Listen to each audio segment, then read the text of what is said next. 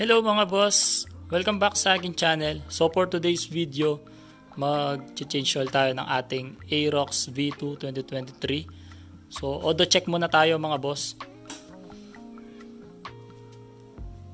So ito na yung odo ng aking Aerox V2 mga boss, 496 considered as ano na yan, 500. So ngayon, bumili tayo sa Ace Precision. Shoutout sa Ace Precision Shopee store. Sa kanya tayo bumili ng oil. So unbox muna natin. Ito na yung langis mga boss, no.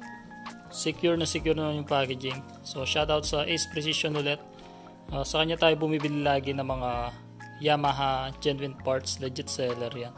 So ayun ko na lang yung link sa description itong video at sa comment section. Tapos bumili din pala tayo ng 4 na pirasong visor bolts. Yan mga boss, tanggal ko muna kasi yung yung pinaka visor. So ito yung ipapalit natin na bolts. Ayan. Ito ay 5x20. Yun yung size nya. CNC. Tapos pag-uusapan din natin kung paano natin malalaman kung fake or legit yung oil na nabili nyo, lalo na kung Yamalube, no? Ito kasi dapat yung kulay ng laman niya is dark blue. Kapag yellow yung laman nito, ibig sabihin fake siya.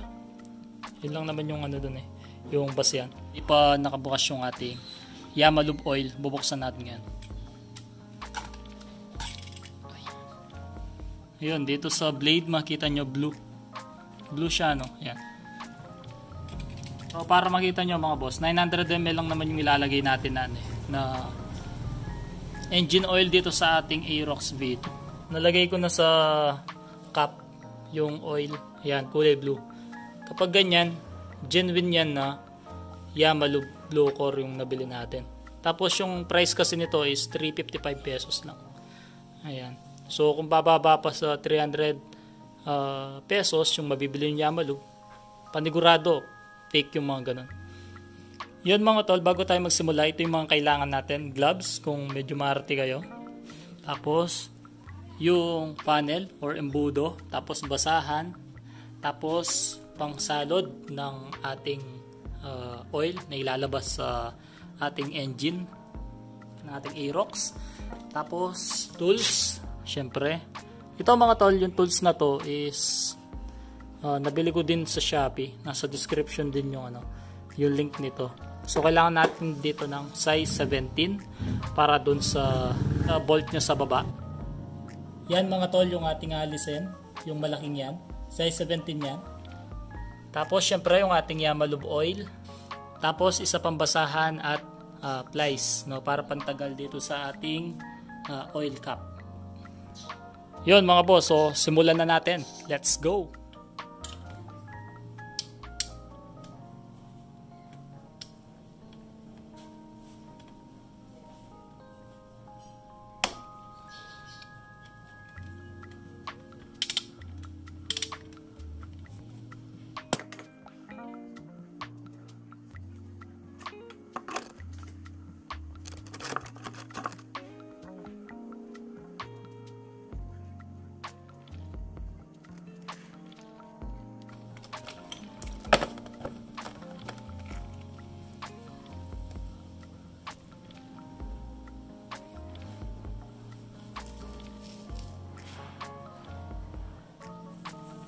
Tol, mapapansin nyo rin yung oil medyo malinaw pa, no?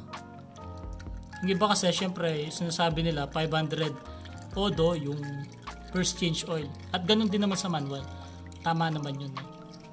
Sundan lang natin yung manual syempre para sa ikabubuti rin ng ating engine ng ating motor. So 5 minutes, ayan mo natin siya na ganyan, na tumulo para ma-drain yung engine oil natin. Di naman siya totally ma-drain lahat pero at least hintayin natin na wala nang tumulo. Mga 5 minutes lang. Kung mapapansin nyo rin dito mga tol, no, yung strainer, ayan, may mga small particle, yan yung mga bakal-bakal. So napaka-importante itong strainer na to para masala niya talaga yung mga debris. Okay. So gawin nyo dito mga boss, punasan nyo lang para malis yung mga debris na yan. Mga boss, okay na, napunasan ko na. So ibabalik lang natin tong strainer tsaka spring, no? Tapos ganyan yung pagkakalagay niya. Yan, dahil wala nang tumutulo dito mga boss, ibabalik na natin tong kanyang bolt, strainer tsaka yung spring. Let's go.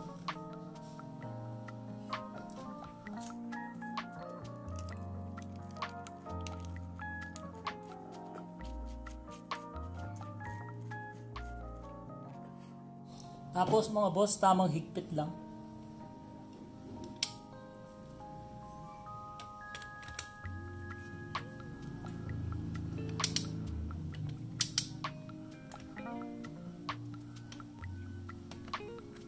Ito naman yung use ng basahan tsaka plies mga boss, no, para dito sa ating oil cap.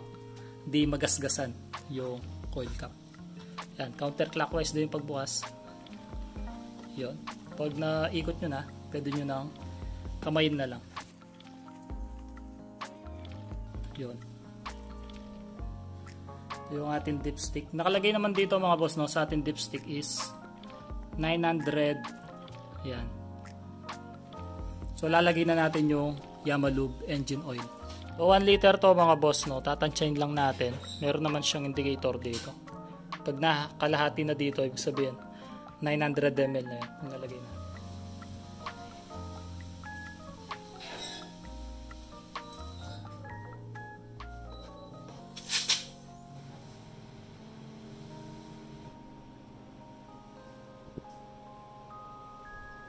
Kapag okay na mga boss, isarado na natin, ibalik na natin tong oil cap.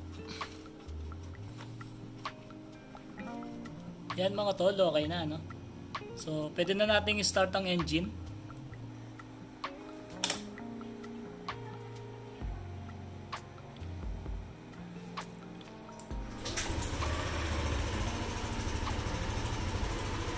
Yan mga tol, no? Wala siyang masyadong ka-vibrate yung ating Aerox V2 na bagong change oil. Yan. So salamat sa panonood mga boss, no. Please subscribe, like, and share this video. At mag-comment na rin kung may katanungan. Bye!